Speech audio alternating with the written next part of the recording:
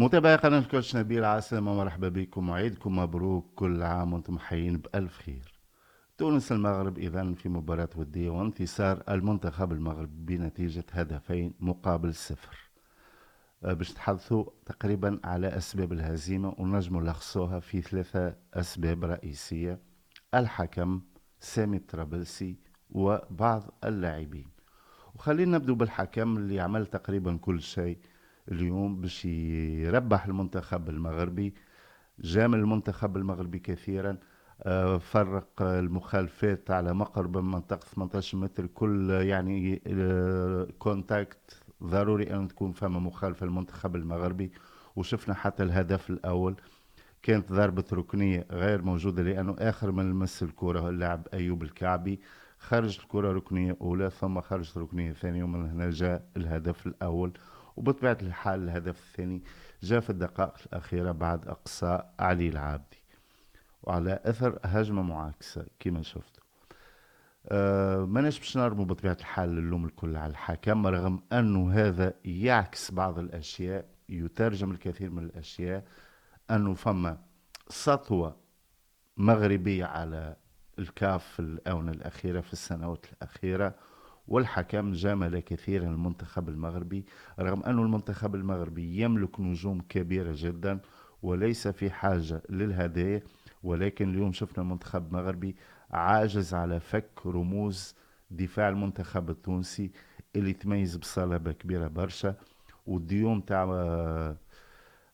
منتصر وعلي غرام، منتصر الطالبي علي غرام كان مميز جدا، بالإضافة إلى علي العابدي ويان فاليري كظهيرين، وبوجود عيسى العودوني أمامهم، رغم أنه عيسى ليس في أفضل حالاته، ولكن كان ثم صلابة دفاعية كبيرة.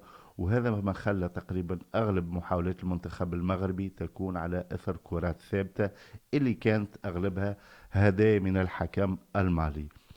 بالنسبة لسامي الطرابلسي، أعتقد أنه بالغ في احترام المنتخب المغربي، لأنه صراحة منتخب منفوخ إعلاميا. صحيح المنتخب هذا عمل مونديال كبير برشا، ولكن تراجع كبير في الأداء بتاع المنتخب المغربي في المدة الأخيرة، رغم الاستقرار الموجود على مستوى اللاعبين، وخاصة على مستوى الإطار الفني بقيادة وليد الركراكي. ولكن في المقابل نجد أن سامي طرابلسي اللي عنده أشهر قليلا من الإخذاب زمام الأمور في المنتخب التونسي. سامي طرابلسي ربما حقق بعض الانتصارات في المباريات الأولى، المباريات الرسمية في تصفية كأس العالم، ثم حقق انتصار مهم أمام بوركينا فاسو في مباراة ودية باش يخلي الفريق دائما في سكة الانتصارات. تعامل اليوم بحذر مبالغ فيه في مباراة المغرب. واكبر دليل على هذا انه شفنا تقريبا على الورق أن المنتخب التونسي يلعب برسم تكتيكي 4-3-3، وين كان موجود في وسط الميدان عيسى العيدوني مع حنب على المجبري وفرجاني الساسي. ولكن لو نتأملوا الثلاثي الهجومي باش نلقاو أنيس بن سليمان المفروض أن يكون جناح أيمن، تقريبا كان لاعب بأدوار دفاعية أكثر منه أدوار هجومية. وكان هذا اللاعب صراحة رغم القوة البدنية الكبيرة اللي يملكها كان خارج الموضوع طيلة اللحظات، يعني الدقائق اللي لعبهم تقريبا 70 دقيقة أو أكثر شوية. ولهنا نستغرب أنه مباراة ودية كما هذه، ونعرف أنه مشاكل المنتخب التونسي المشاكل الكبرى هي مشاكل هجومية بالأساس، بالنظر إلى خروج جيل يعني اللي هز المشعل طيلة السنوات، جيل وهب الخزري، نعيم السليتي، ويوسف المساكني. صحيح المساكني ونعيم السليتي مازالوا محسوبين على المنتخب، ولكن شيء من الانتظارات من وجودهم في المنتخب، هل أنهم مازالوا فعلا قادرين يقدموا الإضافة للمنتخب ولا. وبالتالي كان من الضروري أنه نضع اللاعبين الشبان أو اللاعبين اللي باش ياخذوا المشعل، هما نحطهم على المحك في مثل هذه المباريات. شفنا اليوم الياس العاشوري كان معزول، وهو اللي باش نعتمدوا عليه تقريبا طيلة السنوات القادمة كجناح أيسر. ثم في بلاصة بن سليمان كان ربما المفروض أنه يتم الاعتماد على سيف الطيف. وفي الهجوم نقطة استفهام في مركز قلب هجوم فراس شواط. يعني أنت لهنا باش تعتمد على مقرر انك تفتكر الكرة في مناطقك الدفاعية، وماكش باش تقدم الهجوم. وفراس الشواط نعرفوا انه قلب هجوم كلاسيكي، يعني ستاسيون.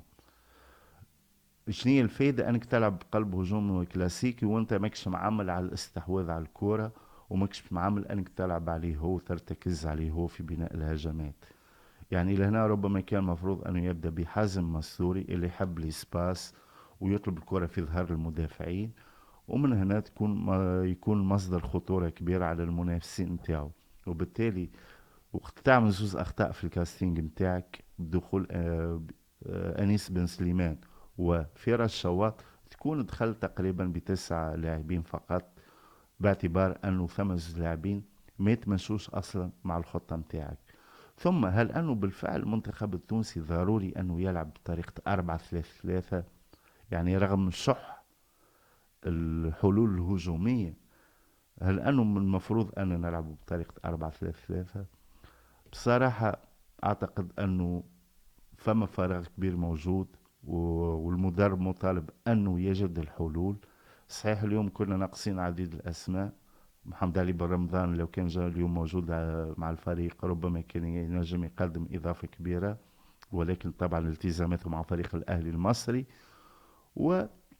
وخاصة اللاعبين الهجوميين الاخرين. يوسف مساكني رغم تقدمه في السن، رغم كل ما قيل، يبقى دائما اسم مرعب بالنسبة للمنتخبات العربية مثل المغرب والجزائر ومصر وغيرها.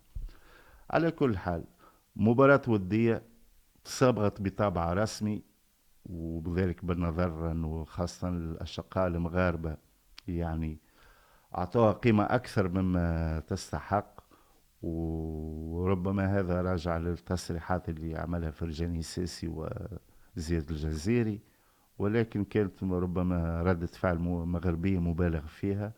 المنتخب المغربي نرى إلى حد الآن أنه أصبح فريق منفوخ إعلاميا أكثر من اللازم، وبالتالي نتصور أنه يلزمهم يرجعوا على للقاع ويخدموا على أرواحهم في أريحية. ما هيش هذه المغرب اللي شجعناها في كأس العالم واللي فرحنا لها، وكانت بالفعل وقتها منتخب طموح وعنده دي تالون، عنده مواهب مميزة. اليوم شفنا فريق متكبر على الكورة، يعتبر نفسه أنه فريق النجوم بالفعل، ولكن شفناه في كثير من الأحيان أنه عاجز على إيجاد الحلول. وهذا ربما ما يفسر الحملة الكبيرة اللي صار على وليد الركراكي في المدة الأخيرة فيما يخص أداء المنتخب المغربي. سامي طرابلسي أكيد عنده أشياء كثيرة للمراجعة، ربما من الناحية الدفاعية تقريبا الثوابت توجدت. فرحان برشا بالمردود اللي قدمه يان فاليري، لاعب أثبت أنه عنده قدرة باش يلعب تحت الضغط، وبالتالي نجم نقولوا تقريبا الرباعي الدفاع مع أيمن دحمان اللي كان متميز في حراسة المرمى. ينجم هذا الخماسي أمن دفاع المنتخب التونسي مع عودة الياس خيري. تبقى المشاكل مرتبطة أساسا بالجانب الهجومي فقط. مرة أخرى نقول لكم عيدكم مبروك أينما كنتم، ونتقابلوا في حصة قادمة بإذن الله.